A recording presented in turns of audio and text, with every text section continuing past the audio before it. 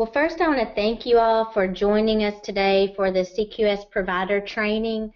We will go through some slides of what CQS is, why it's important, and then at the end I will show you a demonstration of how this will work in Allscripts and what you will see when you look at this in Allscripts. Many people have met and worked to develop this program specific for the Jackson Clinic needs. We want to thank Sarah Johnson, our IT department.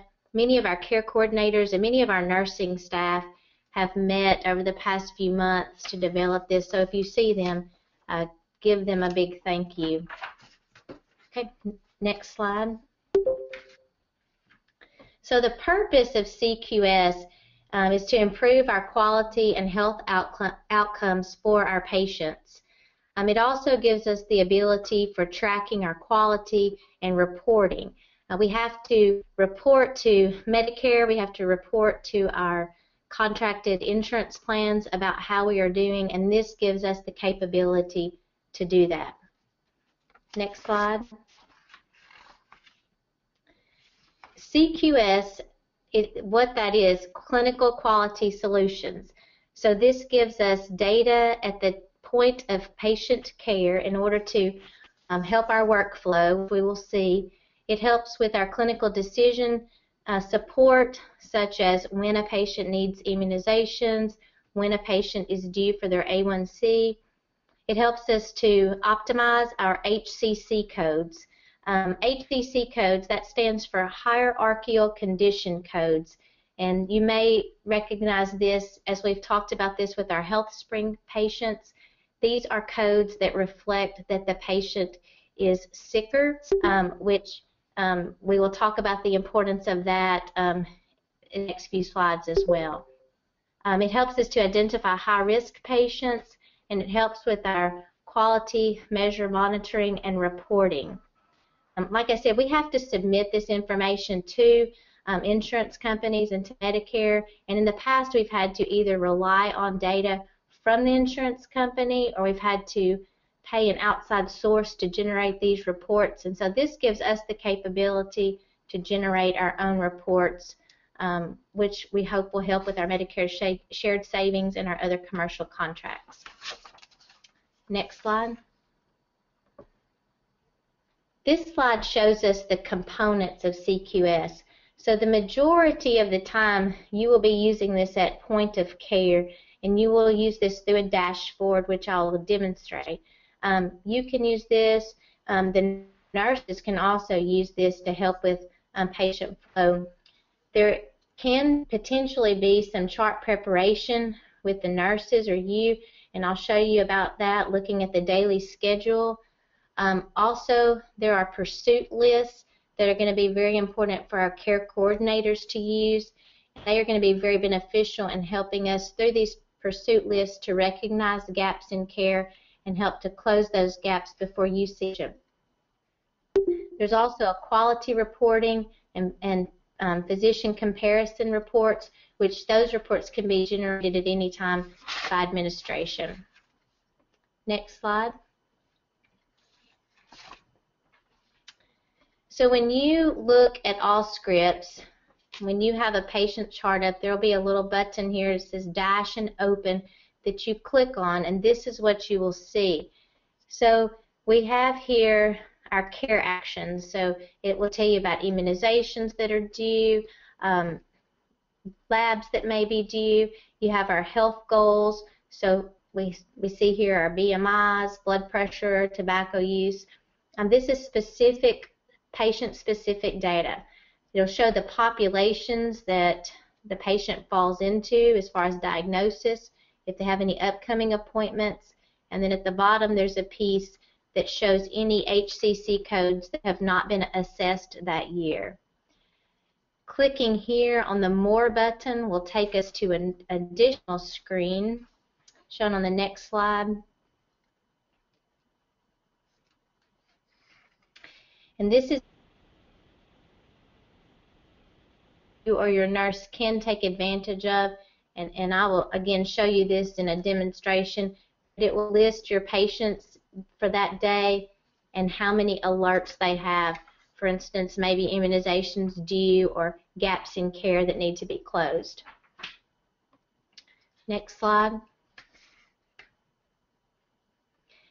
There is another component, the physician provider dashboard, and this shows each measure and how you as a provider are doing. So this is provider-specific data on your performance. Not only does it tell you the percentages that you have met and then gaps that are there, but you can actually drill that down by each patient. So clicking on these this patient area over here will actually show you all the patients with diabetes who are or are not on statin therapy. So you can get very specific and drill down to specifically the patient and what that patient needs. Next slide. So CQS quality measures, these are up-to-date rules which are reflecting the current industry standards based on evidence-based medicine, demographics, chronic disease, and clinical data. These measures will apply to all patients regardless of payer. Now the HCC code segment will only show on our Medicare Advantage patients, but all of the other measures will be on every patient regardless of their insurance. Next slide. This shows it's a snapshot of the quality indicators.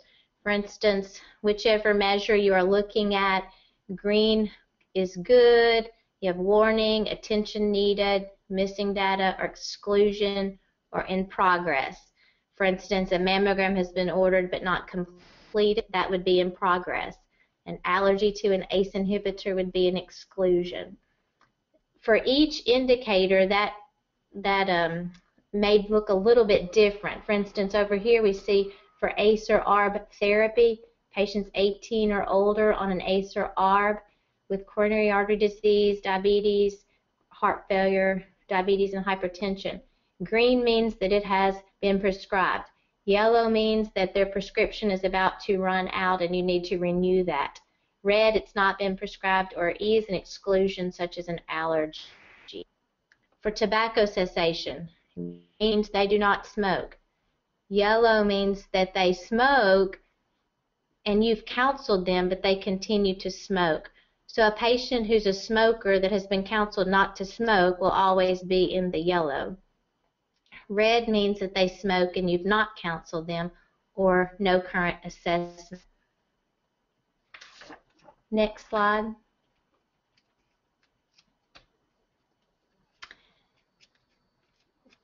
To start, there have been 10 quality measures that have been turned on for us to see in our dashboard. CQS has many quality measures that we can turn on over time, but we chose to start with these 10. These are ones that we have to report to Medicare, and these are familiar measures that we feel like we already have been looking at and tracking. So we'll be looking at, or our dashboard will actually show us blood pressure control, BMI and weight management, tobacco assessment and cessation, our immunizations for flu and pneumonia, colorectal screening, mammograms, and then in our chronic disease measures we have diabetes, A1C control, statin therapy, and ACE or ARB therapy. But over time there are other measures that can be turned on. Next slide.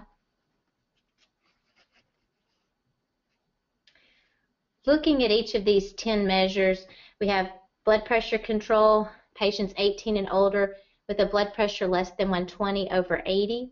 I will show you where on our measures there will also be a warning if they're under 140/90 but over 120/80, and I'll show you that in just a little on the demo. BMI and weight management, patients 12 and older with a BMI documented annually and with a weight management plan. The way we will meet this measure, our nurses are being trained to go ahead and enter in our BMIs under our diagnosis codes. Entering BMI diagnosis and clicking on the care guide associated with that which states we recommend healthy diet and exercise, will meet the qualifications for weight management. We chose to use the BMI codes and entering those in, and those have to be entered in annually. Tobacco assessment and cessation management, patients 12 years and older with an annual assessment, and clicking on the care guide that you counseled for tobacco cessation will meet that guideline. That will have to be done annually, so you might see that tobacco assessment in the not been done within a year, and just assessing that annually will meet that measure. Next slide. Immunizations, our flu shots 6 months and older with annual flu immunization, and then our pneumonia immunization. Patients 65 and older must receive the Prevnar and Pneumovax in order to meet this guideline. Now there is another qualification, patients 18 to 64 with coronary artery disease, heart failure, asthma, COPD, diabetes, or smoker. It will flag that they need the Pneumovax vaccination. Now, if a patient has had, over age 65, has had one of the pneumonia vaccinations, for instance, they've had a Prevnar, and you have to wait a year before you can give a Pneumovax, that measure will continue to be red. It will not turn to green until they have had one of each of the pneumonia vaccinations after age 65. Next slide. Our colorectal screening, patients 50 to 75 with colonoscopy every 10 years, flexed SIG every 5 years, or fecal occult blood testing annually. Our mammogram screens, females 40 to 74 with mammogram every 2 years. Now, I know many times our colorectal screens and mammograms may be done outside the Jackson Clinic. Our nurses are being trained to enter in these outside reports. So once they have been entered in, that measure will be completed. Diabetes control, diabetic patients 18 and older with A1C less than 7 or less than 8 if they are 65, cardiovascular conditions or renal conditions. Next slide. Cindy, can I interrupt you for a second? Yes. How do you document that they decline these things? Okay, our nurses are being trained, and we'll talk about that. Our nurses are being trained on how to enter in declining immunizations or declining these screens. All right, next slide. Statin therapy, these are diabetic patients 40 and older on a statin, ACE or ARB, 18 and older on an ACE or ARB if they have those conditions, coronary artery disease with diabetes, coronary artery disease with heart failure, and diabetes with hypertension. The patient has to have an active prescription for a statin on their current medication list in order to meet the statin therapy qualification. So if a patient has a prescription, say that was written in April of 2014, and it was not renewed this year, and the prescription was for a year, it would show that that patient did not meet that qualification. But I will show you how you will be flagged on that. So just prescribing that, recording that prescription, that will meet the measure. It just has to be an active prescription. Patients who have a cough with an ACE or have a statin sensitivity, these can be entered in under the allergies as an adverse reaction to an ACE or ARB or adverse reaction to a statin, and they will be an exclusion. Our nurses, like I was saying, are being trained on entering outside reports. They're being trained on people who defer immunizations, refuse immunizations, who have these allergies. So those would all come up as an exclusion, and then that is going to be reflected on the quality measure, so then you would not have have that it had not been met. Next slide. Our HCC recapture. Like I was talking about on these HCC codes, many of you may recognize this from HealthSpring. So this is like the risk score that we see in HealthSpring. So just for clarification, an average Medicare patient has a risk score or risk adjustment factor of 1. So if your patient's risk score is less than 1, that is saying that patient is healthier than the average Medicare patient. If that risk score is greater than 1, that patient is sicker than the average Medicare patient. This program will allow us to see these HCC codes that have not been assessed in the current year. So just for an example, this patient, their current risk score is 0.8. If this patient still has the heart diagnosis and still has this renal failure diagnosis, if those are assessed, then that would increase their risk score to 1.7, which is a gap of 0.9.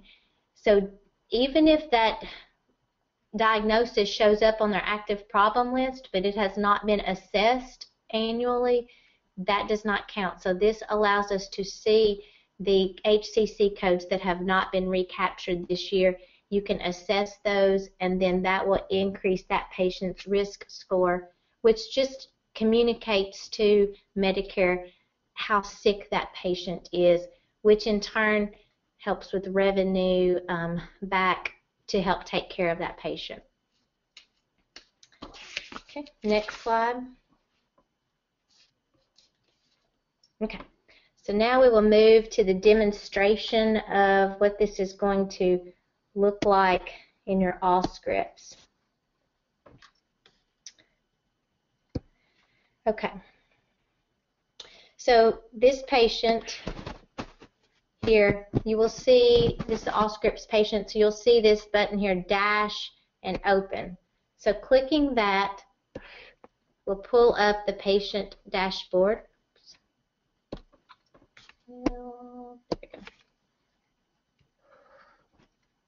Okay, so this is what you will see when you first look. So this patient has an ACE or ARB therapy that's not current. If you look over here, it tells you that their prescription expired in April. So just renewing that prescription will meet the qualification. Now you say, well, why does that patient need to have an ACE or ARB? On any of these, if you click this button here, this gives you the measure. Patients 18 and older on an ACE or ARB. And then if you want to drill down further, click specification. It pulls up the measure. It tells you diagnosis exclusions. It shows you the legend for what the green is current ACE or ARB, warning period. The red is no current ACE or ARB. And then if you look further down, this gives you the clinical source for where this measure, where it is based from. So you have the American College of Cardiology. So on any of these measures, you can look. So pneumonia revaccination overdue. Okay, but it says that this patient had a pneumonia shot in July, but they've only had one, so they have not had their second one. Now, obviously, we have to wait a year in order for them to get their next pneumonia vaccination. And you can see here they had the Prevnar, July 2015, so they cannot get their Pneumovax until July 2016. So this will be red until that immunization is given. But you can look here. Here's the guideline for that, the legend, and then you can click here and see more detail about the immunizations and the clinical source. Okay. So flu immunization due, it tells when their last flu shot was. It shows current statin therapy. Their colorectal screening is up to date. And if you click here, it shows you just the same information. It also says screen every 10 years. Mammogram is up to date. Those are on the care actions. If you look at health goals, it's saying their A1C is too old. So if you see here that this guideline would be to screen every 3 months because their A1C is over 8. It shows you when their last A1C is, what that value is. You can click here and see the specifications of recommended period. If their A1C is not elevated, A1C every 180 days. If it is elevated, the guideline is every 90 days. Blood pressure shows that they're in the warning period, in the warning area, the yellow. So their blood pressure is over 120, less than 140, with that last blood pressure recorded September 9th. Again, you can see here more specifically the legend. The green is their blood pressure is less than 120 over 80. The orange between 120 and 140, between 80 and 90, and red over 140 over 90, or the blue, no current blood pressure. Tobacco user, so this patient does smoke. They have been counseled. It tells when their last assessment was and when their last counseling was. BMI, they're at a healthy weight according to this. Now it shows what populations this patient falls under, the hypertension and diabetes. It will also tell you if they have upcoming appointments. And it shows here that this patient has an HCC code of diabetes that has not been assessed this year. So you can see the difference that their current risk score is 0.288. Just by assessing this code, it increases their risk score to 0.656. So that's going to be a good tool to help us to remember to assess these codes. So that's the dashboard. By clicking more, schedule.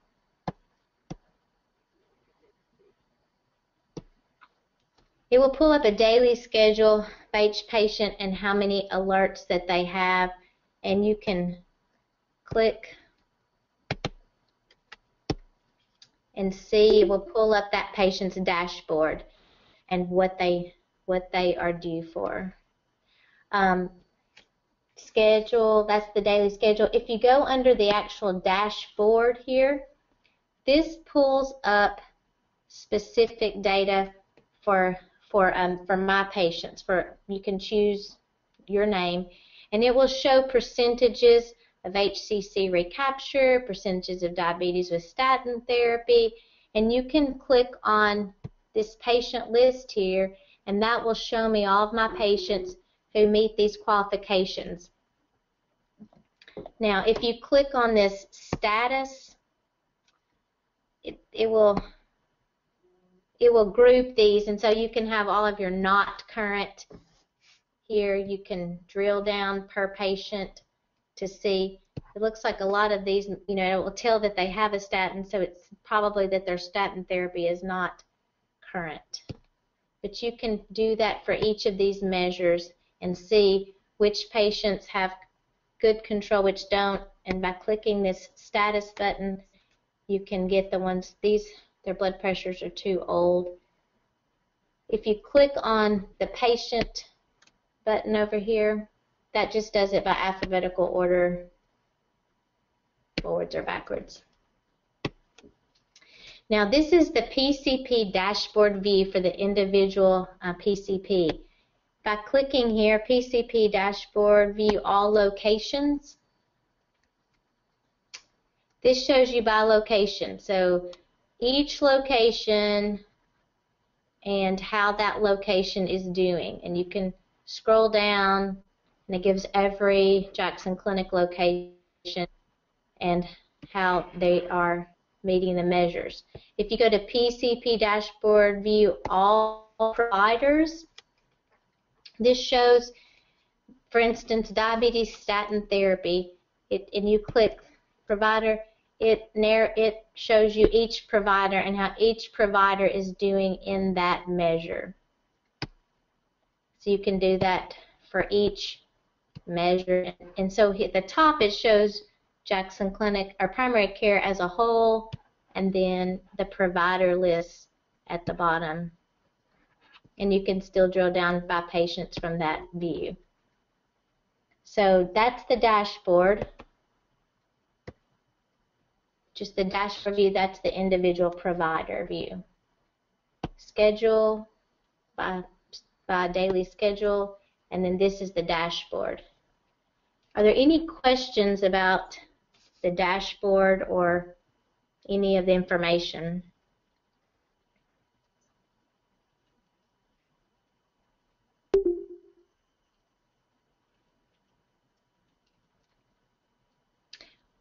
One other thing just on these dashboard views and lists, this will be an area that our care coordinators will be working to help to close some of those gaps in care too. So those that will be the area that the care coordinators and care teams will be really working from and helping us to meet those measures.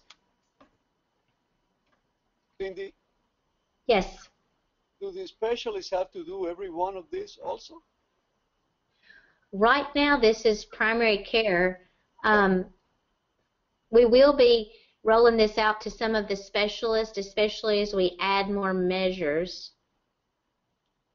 And you mentioned that if this is done for one of the diagnostic codes once a year, it's okay. So not necessarily have to do every time that the patient comes. Do you mean on the HCC? Yes. Right. If that's assessed annually, then it will be captured to calculate that risk score. Okay, thanks. You're welcome.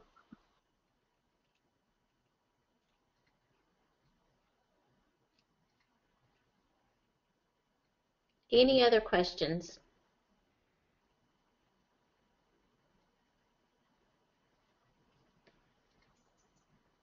Okay, well, I want to thank you all for listening in, and if you have any questions, please let me know. You can email me or call me.